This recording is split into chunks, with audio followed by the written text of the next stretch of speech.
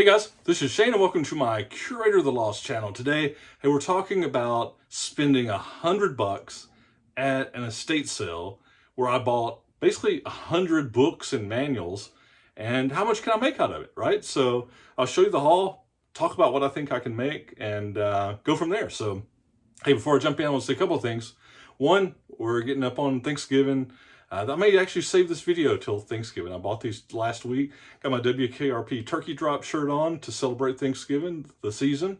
If you haven't ever seen this episode, Google it, WKRP in Cincinnati turkey drop episode, and watch it. It is truly one of the best sitcom episodes ever made. So it's always great around Thanksgiving to watch that. So the second is, thank you. Thanks for the channel support and the views, the comments, the likes.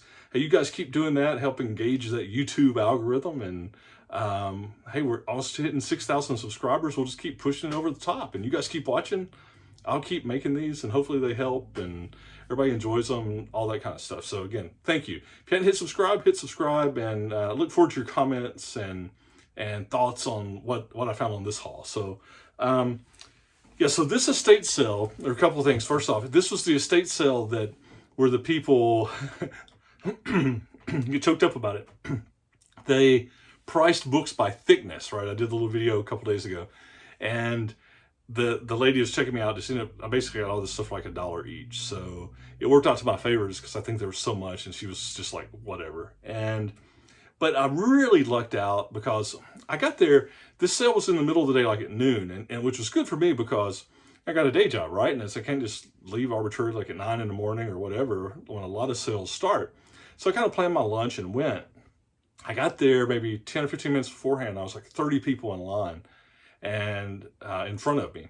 And so I kind of counted as I was going, when they opened up and I was going up the steps, and it took 30 seconds to get in the door. And I walked in, I looked left, looked right, I didn't see the books. And I went into the den, and they had a table with books on it. And then I knew what I was really looking for were in boxes underneath. So I just went right over to it. It's kind of made me a pile. But then I almost made a fatal mistake, like novice estate sale mistake. I picked up, so it was so heavy, I took one box of stuff, and I was taken over to the hold table, which was just like literally across the room. And as I turned back around, a guy was coming in and making a beeline to my other box. And I was just like, excuse me, that's mine. I just was pulling these over here. And he was like, what? And I'm like, yeah, I had these and I just couldn't take them both. And he was really cool, right? He was, he was really cool. He could have been like possession is 9/10 of law and, just said tough, but he was cool. He's like, all right, whatever. And so I really appreciate, the guy being like that. But it made me remember, on estate sales, you have to stay with your stuff or get somebody to watch it. So, excuse me, I tell you this, I don't know, it's going to be Christmas before I get over all of this, this cough. I've been to the doc like 3 times, and steroid shot, I got antibiotics. It's like, well, nothing seems to be wrong, but it's just this little tickle cough that will not go away. So maybe allergies, who knows, but apologize for that. But the guy was really cool. It could have gone the other way. And I mean, if he'd said, no, it's mine, I would just said whatever, but he was cool. So I was glad of that. So let me show you some of the books I got, and then I'll show you the big win. Okay, stick around. We'll slam through these technical books I found. This person had a lot of technical books, and they were older, dated, but give you some examples. Some of these I'm going to send to Amazon. Some of them I'll keep on eBay. I'll have to do a little more research to decide. I usually look at price and just ease of selling, right? But here's one, for example, this signal processing book. It's got like on ScoutIQ an E-score of 6. So it's only selling like once a month, but it's selling for about 35 to 40 bucks on Amazon. So I'll probably send that one there. Optical waves and crystals. It's selling like every 6 weeks on Amazon for 40 to 65 bucks. So for that kind of profit potential, when I've only got $1 in it, I'll take the shot and send it to get that higher price, right? Here's one that there were some German books there too, and I've gotten where one of my library stores has a foreign language section. They call it foreign language, non-English language section. And I've gotten where I look at it. So it's gotten where I'm not as scared of, buying non-English books or, dictionaries and things like that. So I saw this and there's some German, and I don't have a comp for this, but I knew that this was like blasting technology, right? Or blasting explosive stuff, technical stuff. And so for $1, I'm taking a shot on it. This stuff usually sells pretty good, so I don't have a comp on it yet. Here's what I'll probably sell on eBay. It's pretty thin, a millimeter wave. Millimeter wave technology. You're talking about the wavelength of the radar wave. This kind of technology is what's in your airport scanners and stuff, right? Millimeter wave traditionally like 95 gigahertz, but anyway, it's about a $20 book. Found first edition of J6 antenna. It's kind of got some wear on it, but it's just it'll only be like maybe 10 to 15. So here's what I'm gonna send to Amazon. This one sells about every 2 weeks or so. This classical field theory sells for about 25 bucks. I'll send that one there. This is probably gonna stay on eBay because it's so thin. Radar data processing. I saw one sold on Amazon for like 46, but anyway. Some of these you just have to get what you know. I didn't have time to like really peruse these hard because there were so many people. So I was like 30th in line. I bet there were 30 people behind me by the time it opened up, like in the last 10 minutes. So it was crazy. So crowded. I just kind of had to do a hit and run and then get back to work. Here's a math book, complex theory, function theory. I see this one's selling about every 2 months on Amazon, 63 bucks, but I don't know. I'll have to check. I may not be, this Springer Verlag sometimes is kind of finicky on you have to like show that you've been buying stuff from their distributor. So I don't know. We'll see about that one, but that one may stay on eBay too. Then I got these. I'll just hold them up here. Look, there's 8. I think it's a series of 10, or only 8. I looked, but it's Landau. He does a lot of technical books. German theoretical physics. Like here's classic field theory. If you ever have any, you see this and you want to understand what it is, just use I use the Google Translate. I use that for travel too. The Google Translate you can put through your camera on your phone. It'll translate. But this is classical field theory. Statistical physics, electrodynamics, and maybe continuous media, something like that. There's quantum electrodynamics. You get the idea. I see these selling, most of the time they're from Austria and Germany, of course. $15 to $20 each. I'm still going to list them. I'm going to list them individually, see what happens. Then if they don't sell them, I put them together as a lot. But we'll just, for $1 each.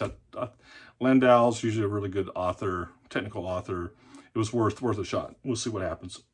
Now, all of that stuff together, there might be, if all that sells, 400 bucks worth, or maybe 500. Depends on how they all sell. Here's the big win. There were 2 boxes and some loose stuff of Defense Language Institute Russian basic courses. All right, this actually here's going to be really important to me on description of contents to figure out what I've got. But I'll just show you some of these. There's student workbooks. There's like the dialogue cartoon guide. But then you get in all these lesson modules, right? And these things are, there's English and Russian language, but there's more of them that are, there's like a grammar reference. There were 83 of these. These are the one that broke the little girl's spirit on the pricing, right? It's like, she's like, is that a ½ inch or over a ½ inch? It's so funny. But it's like different modules. Then there's, I don't know what the difference is like between a volume with lessons and a module with reference, but I've got to figure all that out. But here's what I do know. I have some sold comps. I mean, there's not tons of them, but there's sold comps enough to make me say that I'd pay $1 each for these. I got $83 in all these Russian Defense Language Institute course books. But I've got sold comps of individual course books selling for like 25 bucks. And there's another sold comp with 3 course books selling for 99. And then there's another sold where it's 13 of these lessons together that sold for $299. I've got 83 of these things. I just have to do the work to figure out how to bundle them. And I'm thinking, you know, that by that pricing, that could be like $1,500 to $1,800. I think conservatively, my 83 Russian language defense service books, and I keep saying that because it's the Defense Language Institute, which is, Google them, it's fascinating. I think they formed it in like World War II. I think it's in Monterey. California. They still teach, they teach like 65, 67 languages. It's really intense. People that come out of there, it's like an 18-month intense fluency type course. It's crazy how intense it is. But I think that I can sell these and get, you know, $1,000 conservatively for them, maybe closer to that 1,500. Put the other, you know, textbooks I've got another somewhere between $200 and $400 on there. I think that's conservative. You know, I think I can get $1,500 to $2,000 on this estate sale haul. So, you know, and these things are heavy too. It's crazy. If you're new to the book selling game, books are heavy, and when you're hauling them like in quantity, it's work. That's all there is to it, right? But booksellers that have been around for a while, you know it. If you don't live on a ground level house or apartment, if you've got steps, you're getting a workout when you're hauling books around. So anyway, that's it. I bought $100 worth of books, like roughly 100 books. My total was like, they charged me a couple % for my credit card. It was like $103 is what I paid. I think that I've got a sales potential here of, you know, 1,500 on the low end, maybe higher, maybe push it up to 1,800 or so. So anyway, look forward to your comments. Lots of stuff there to unpack, but look forward to your comments, and hopefully you're finding cool stuff. So remember, see cool, buy cool. Then you got to list it so you can sell it. And hey, watch the WKRP episode, and hopefully I'll post this on Thanksgiving. And happy Thanksgiving to everybody. Talk to you soon. Bye.